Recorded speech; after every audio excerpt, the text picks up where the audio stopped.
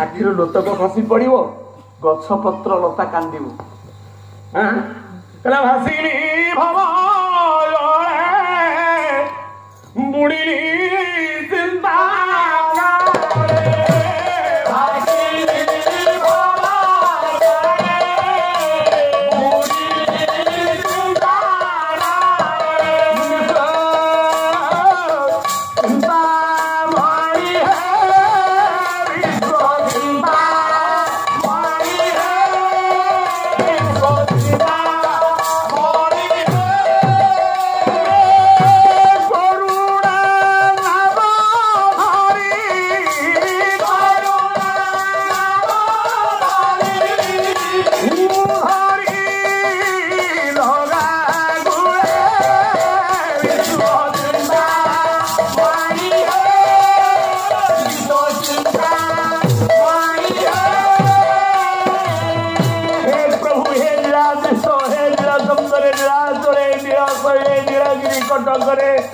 सार्वभौमत्व सर्व जीवरे सर्व रूपरे सर्व गुरुरे सर्व शिष्य विद्यमान पूर्ण ब्रह्म ये संकट कहार शक्ति अच्छी मत उद्धार कर अबला दुर्बला नारी गोटे पुरुष वस्त्र उत्पादन करुच्ची नारी लज्जा ये जगत को लज्जा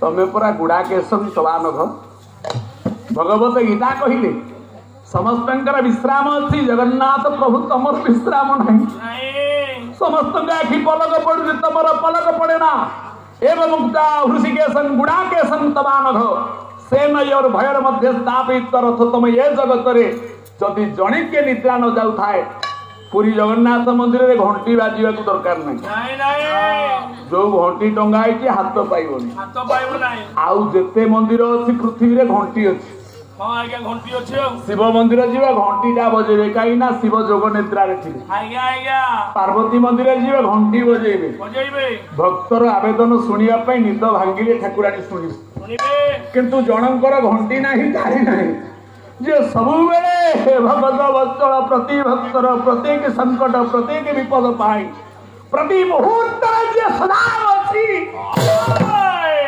ये पामर दुशासन कौन करुची प्रभु देखनी आ अपेक्षा कंपिलास रत्न सिंहासन कंपिला नित्य वैकुंठ कंपिला वृंदावन चारि दिगंधा हेगला कौन हला छात्री उदी गो वस्त्रवान वर्षारंभीला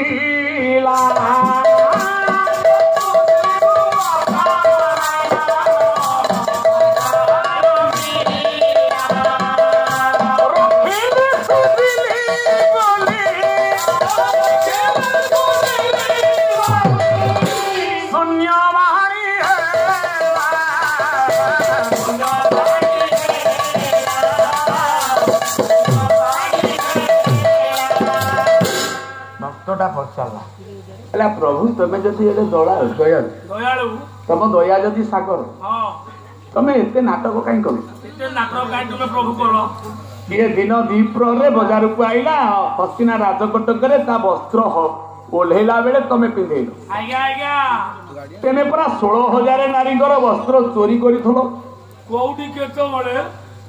ना चोरी करना चोरी 16,000 तमें 16,000 गोपी वस्त्र चोरी कल गोटाए नारी की कोटी वस्त्र दल प्रभु तमें हिसाब कर तमें केड़े दयालु है हेलो भाणेजी हिंदी सिंधी की देला जदी देलो आज्ञा ତମେ ଏ କାଣ୍ଡ କାରଖାନା ରୋଗ ହେଲେ ଔଷଧ ଖାଆନ୍ତି ନା କ୍ୟାନ୍ସର ବଢିଲେ ଯାଇକି ଲାଇଟ୍ ପକେଇବ? ତମେ ଜାଣିଲ ଅନ୍ତର୍ଯାମୀ ତମର ତ ଆଖି ପଲକ ପଡୁନି। ଦୁଃଶାସନ ଯେତେବେଳେ ରୋଷଶାଳାରୁ ଦ୍ରୌପଦୀର ମୁକ୍ତା କେଶକୁ ଧରି ଆଇଲା ତମେ ଚାହିଁଥିଲେ ତା ହାତ ଦିଟା ଉପୁଡି ଯାଇଥାନ୍ତା। ସେ ଏ ଦିନ ଦୀପରେ ଏଠିକି ଆଇଲା କାହିଁ? ଭୀଷ୍ମକୁ ଡାକିଲା କାହିଁ? ଦ୍ରୋଣକୁ ଡାକିଲା କାହିଁ? ସ୍ୱାମୀ ମାନଙ୍କୁ ଡାକିଲା କାହିଁ? ଏଭଳି କାଣ୍ଡ କାହିଁ ହେଲା? ପ୍ରଭୁ ଟିକେ ହସିଦେଲେ। ପ୍ରଭୁ ହସିଲେ। ଆଜ୍ଞା ଆଜ୍ଞା କହିଲେ ନାରଦ କୁହନ୍ତୁ ପ୍ରଭୁ। ନାରଦ ନଥିଲେ କାମ ଅଛି? ଇଏ ସବୁ ଶାସ୍ତ୍ରର ମନ୍ଥନ ମନ୍ତ୍ର ଆଉଛନ୍ତି ନାରଦ। ନାରଦ ମାନସିଂ ପଦେ କହିଲେନି? କହିଲେ କଳି ଖୋଜୁଥାନ୍ତି ନାରଦ ମୁନି, କଳି ଖୋଜୁଥାନ୍ତି ହରଧରଣୀ, ଭୁଳି ଖୋଜୁଥାନ୍ତି ବିଳାୟିନୀ, ଭିକାରୀ ଖୋଜୁଥାନ୍ତି ବିବାଦବାଦୀ,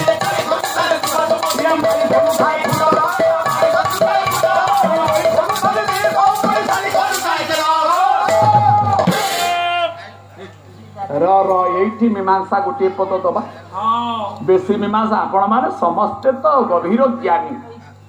ଇଏ ଅଧମ ଅଳ୍ପ ପାଠ ପଢି ମୋର ଶିକ୍ଷାଗତ ଲମ୍ବା ଯୋଗ୍ୟତା କିଛି ନାହିଁ। ଇଏ ଦେଖିକିରି ଶିଖିକିରି ଆପଣ ମାନଙ୍କ ପାଖରୁ ଅନୁଭବ ଅନୁକରଣ କରି ଯେଇ ପଦ କଥା ମୁଁ କହୁଛି। ଶୁଣ ନ୍ୟାୟଟା କେମିତି ଆସିବ? ଦେବର୍ଷି ଖାଲି ଏତିକି କହିଲେନି। କହିଲେ ପ୍ରଭୁ ଡାକ୍ତର କହୁଛି ରୋଗ ହେଲେ ସାଙ୍ଗେ ସାଙ୍ଗେ ଔଷଧ ଖାଅ। ଆପଣ ତ ଅନ୍ତର୍ଯାମୀ, ଆପଣଙ୍କ ଆଖି ତ ପଲକ ପଡୁନି। ଚୋର ଚୋରି କଲା ବେଳେ ଆମେ ଜାଣୁନୁ, ଆପଣ ଜାଣିପାରିବେ। ତା ଆଖି ଫୁଟେଇ ଦଉନା। ଜଣେ ଗୁରୁଜନ ଲୋକକୁ ଜଣେ ଲଘୁଜନ ଲୋକ ଅପମାନିତ କରୁଛି, ଆପଣ ତା ପାଟି ଜିଭ କାଟି ଦଉନାହାନ୍ତି?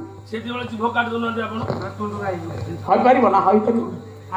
ଯଦି ଆପଣଙ୍କ ବିନା ଆଜ୍ଞାରେ ଗଛର ପତ୍ର ହଲୁନି, ବିନା ଆଜ୍ଞାରେ ଦିନ ରାତି ହଉନି, ସର୍ବ କାର୍ଯ୍ୟର ହର୍ତ୍ତା କର୍ତ୍ତା ଦୈବ ବିଧାତା ସ୍ରଷ୍ଟା ଉପଦ୍ରଷ୍ଟା ଆପଣ,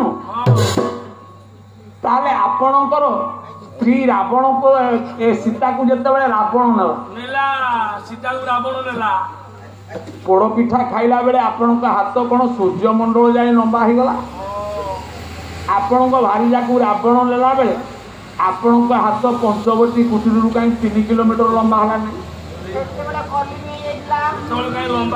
ଇଏ ନାରଦ ପଚାରିଲେ, କହିଲେ ହେ ନାରାୟଣ, ହେ ପରମ ବ୍ରହ୍ମ, ଯୁଗରେ ମା କୈକେୟୀଙ୍କ କୋଳରେ କାଖ ହେଇକି ପୋଡ ପିଠା ଖାଇଲା ବେଳେ ଇଏ ପାଚିରି ଉପରେ ବସିଗଲା ଗୋଟେ କଳା କାଉ। ସେ କଳା କାଉ ପୋଡ ପିଠା ନେଇ ପଳେଇଲା। ଆପଣଙ୍କ ହାତ ମହାବାହୁ ପ୍ରତିଲମ୍ବିତ ଅନ୍ତରିକ୍ଷମ ପ୍ରଦେଶମ ପ୍ରତ୍ୟୟ। ସଂସ୍କୃତ ରାମାୟଣ ବାଲ୍ମୀକି କହିଲେ ଆପଣଙ୍କ ହାତ ପ୍ରଶମିତ ହେଇକି ସୂର୍ଯ୍ୟମଣ୍ଡଳ ଯାଏ ଗଲା।